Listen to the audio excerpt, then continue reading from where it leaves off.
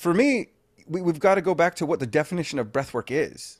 Because so What's many that is? people think it's like this 20 or 30-minute session that has to change your life. Uh, that's exhausting. And I hope that's not how people approach it. For me, if you can stop what you're doing between an email, going to the restroom, standing up off the couch, and take one conscious breath, you have just done breath work. Not a lot of it, maybe not as effective as you could be, but you've started that small shift. And now, if while you're checking and you're breathing in and out through the nose, you're checking to make sure your biomechanics are working properly, lateral expansion of the lower ribs, upper ribs, proper posture, that's a pretty awesome breath. And I set an alarm on my phone that goes off 5 times a day to remind me to take a proper breath with proper biomechanics. That's the joy of a head injury, is I need my phone to remind me of stuff, because even important things like that, I forget. But I prefer the English term of acquired brain injury over the American traumatic brain injury, because it just sounds awful. I like acquired. I just popped off to the store and acquired a brain injury. Lovely. There's no trauma anymore. It's just No, acquired. it's just acquired. I just picked it up, and maybe not for the price I wanted, and now you got to deal with it. But it's so much easier to handle an acquired brain injury Yeah, over a you're right. I mean, traumatic. sometimes I find the semantics of the way that we communicate things, but actually, by putting it in that light, that does make Yeah. it seem that, you know what, I got this. Whereas traumatic breath, oh my goodness, I'm not sure if I can deal with all this trauma. Whereas Yes. I acquired this. I got this. Actually, I'm coming around to the way that Yeah. we're rewording. Well, I think that's great. not for everything. Not for everything. I'll admit sometimes people reword stuff, and I'm like, I'm gonna stick with mine. Yeah. But other times I hear it, and I'm like, ooh, I totally prefer the acquired brain injury. Like, Yeah. but that's for me because I want to be able to giggle at it. I want to be able to Yeah. laugh at it. It's either that or cry. So I'm probably going to try and laugh about it. I'm with you. Hey, you And mentioned a minute ago, people often don't step through the door unless it's raining outside. What was mhm. the day for you that it was raining outside? If we go back to you becoming the breathwork Oh, instructor and all the stuff that you've done, mate, you're in chapter 8 of James Nestor's book, Breath, yeah, what's more it, on the new occasion. science of a lost art. Like Hmm. that's a phenomenal book, and James Nestor certainly has brought awareness, a new level of awareness beyond what all the yogis have been doing for years, and Pateko and all the other guys. James Nestor really has brought it mainstream. He was on the Joe Rogan podcast, Yep. um, which is a metric of success, as is the True Dynamics, Chuck. Um, Woohoo! we're there, mate. Tell us about that rainy day. Let's go back to that. Tell us for you the rainy day that you went, you know what, that's it. I need to do this. So the real guru in my life is my wife. She's the one who taught me how to take an ice bath. Um, she's the one who has been preaching the attitude of gratitude, and it took me a very long time to understand that I could be grateful even if I'm uncomfortable. And because of the head injuries, because of chronic pain and the car accidents and the fights and the aggression at the bar, it was rough. I wouldn't say I was living a full life. I would say I was surviving and living day to day. And not every day was a good day. I was more aggressive than I should be. I wasn't as good of a parent to my children as I should be. And it was weighing heavy on me. I mean, I just hurt to be alive. And then this breathwork thing, this guy told me to look it up. I did, and I started doing the Wim Hof method, and just it didn't fix everything, but I felt a little bit better. And I put the emphasis on better for a while, and now I put the emphasis more on feel. Like I don't want to feel better with better because that's so ephemeral. But if I can feel just a little bit more, open those emotions up, get to know what my body is doing.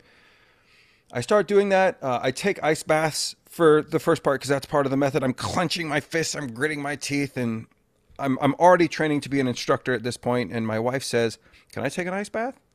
And I look at her and I'm like, Yeah, go ahead. My ego's just laughing. She's like, oh, she's going to have a hard time. So she sits in the water, takes a deep breath, and is the most serene I've ever seen anybody. I'm like, that looks incredible. What did you just do? And she's like, it's like having kids. I don't get that. I need a different analogy. So she's like, I've just surrendered. There's nothing I can do to change the fact that this is cold. I could get out, but I don't want to get out. So Wim was always talking about slowing your breath down, but I was slowing my breath down through clenched teeth and clenched fists, which, okay, yeah, I was slow, but I wasn't slow in my body. I was very tight and clenched. And once I learned to relax and surrender to that moment, that aha moment of like, whoa, this is power. I have accepted the reality that's happening around me. I've slowed my breath down.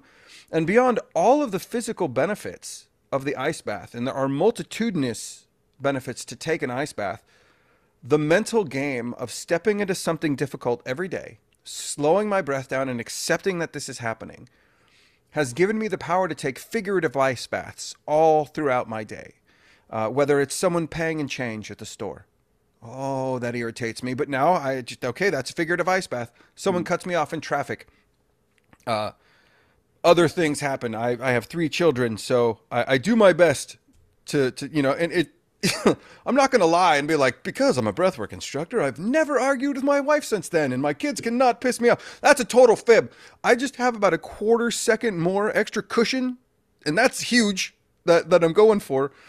But that aha moment was the fact that it was okay to be in pain. It was okay to be upset. It was okay to feel these huge emotions, but it wasn't okay to make shitty choices while in those states. Mm. So that's where ACT comes in. ACT stands for Acceptance and Commitment Training. And that's the Wim Hof Method's third pillar is a positive mindset. As an American, I was like, I need more than positive mindset. How do you, I don't get it. And ACT was the scaffolding that allowed me to build a psychologically flexible mindset where I can be in a positive state, but I'm not always striving for a positive state. I'm always looking to be in neutral and to accept the emotions that come at me. And if I can step back and observe and be like, wow, okay, that's cool. But at times, emotions are like a riptide. They're going to pull you out to the deep sea. And if you fight it, you're just going to end up exhausted. So I've learned to accept that the riptides happen. I accept that they're going to pull me back out, and I'm not going to be able to step on that same piece of beach that I left from. And instead of looking back, which is what I used to do, to look back for when I was healthier, when I wasn't a diabetic, when all of these things weren't happening to me, and waiting for that person to be me again, which will never happen, I put my ideal self in the future, who I'd like to be, how I'd like to react, what my daily routine is.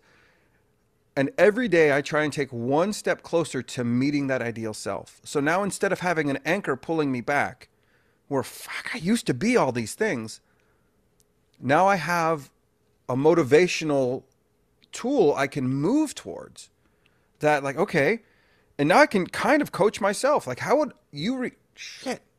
I don't think I'm reacting right in the situation. How would I react if I had everything I wanted, if I was my ideal self? How would I react? Crap.